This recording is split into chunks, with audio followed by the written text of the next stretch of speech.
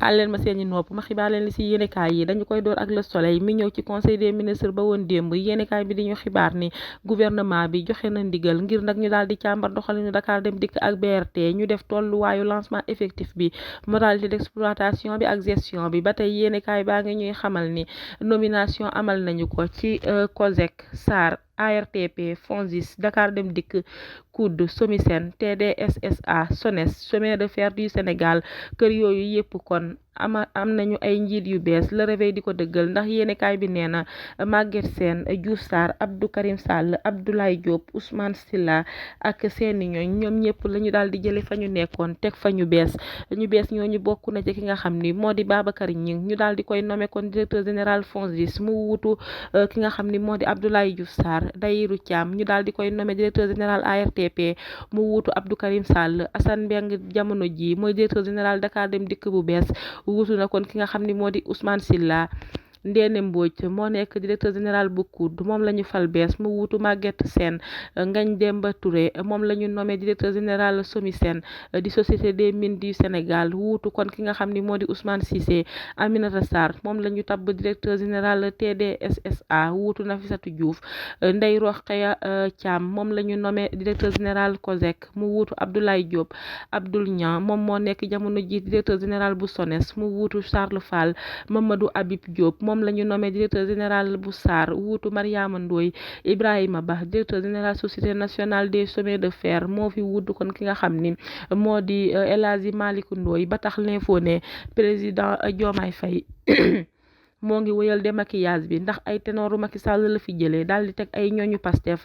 te yéenekaay bi nee na tendance boobu day wëy ndax direction yu bari yi nga xam ni des na lu ni mel lañu fa war a nemmeeku lu ci mel ni Senelec ak LONASE njiital gouvernement bi di Ousmane Sonko ci Vox Populi moom it fësal na ay priorité am te mooy jël dogal bu baax ngir daal di wàññi njëgal dund gu cher gi te dogal yooyu bokk na bi ci njëkk mooy def ay subvention ci produits yi nga xam ni moom la ñuy gën di jëfandikoo ak produits pétroliers yi lu ci mel ni gaz ba tey wàññi nañu train de vie bu état bi ba tey rek daañu amalaat li nga xam ni moo di ay réforme fiscale ak système de rémunération ci fonction publique bi ngir daal di tegaat yépp ci yoon ngir nag ñu daal di teg lépp ci yoon lépp yem kon ci bu ñu sukkandikoo rek ci budget bu réew mi bokk na ci ay priorité am ba tey campagne agricole 2024 ak programme 100 000 logements waaye itam gën a jëmal PME yi ak PMI yi ci promotion ak financement waaye accident yu bari yi nga xam ni am na ci réew mi itam dakkal ko bokk na ci priorité gouvernement bi ba tax njiitu réew mi bu ñu sukkandikoo ci 24 heures yéenekaay sàkku na benn plan d'urgence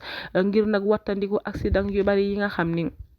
moom la ñuy faral di nemmeeku ci réew mi ak indi kaaraange ci yoon yi te plan d'urgence boobu ñu jëmmal ko ci rigueur ci ni mu gën a gaawee El Malick Ndiaye mi jëwriñ bi nga xam ni moom moo gàlloo dem beeg dikk bi ci réew mi ñu daal di koy sant ngir mu càmbar liggéeyu agence nationale de sécurité routière di ANASER waaye itam mu daal di amal ab sensibilisation ak gunge gu mat sëkk ci ñi nga xam ni ñoom ñoo yëngatu ci transport ñu ci mel ni dawalkatu oto yi jamono ji nag rapport yi nga xam ni njiitu réew mi sàkk woon na ko ci corps de contrôle yi fësal nañu ko ba tax point actu ne parquet bi moo ci des Seydi Gassama ci yéenekaay bi li mu bëgg rek mooy rapport yëpp ñu daal di koy jébbal procureur te procureur def liggéeyam ni mu waree te état bi bañ cee dugal loxoom Elimane Habib Kane ci l'observateur ne président devoir la ci moom mu daal di corriger ñi nga xam ni ñoom la ñu épinglé ci rapport yooyu yëpp le ndax bu impunité amee rek day daal di néewal doole rapport yooyu waaye révélation moo ngi ñuy xamal ni Serigne Mboup mi ñu doon tudd ci njaayum kits de dialyse nag gannaaw bi mu enquêté ba pare daal dina koy setal ba mu set wecc waaye yor nee na maire bi nga xam ni moo di Thierno Diagne tuddaat nañu ko ci luubal suuf foofee ca Gandial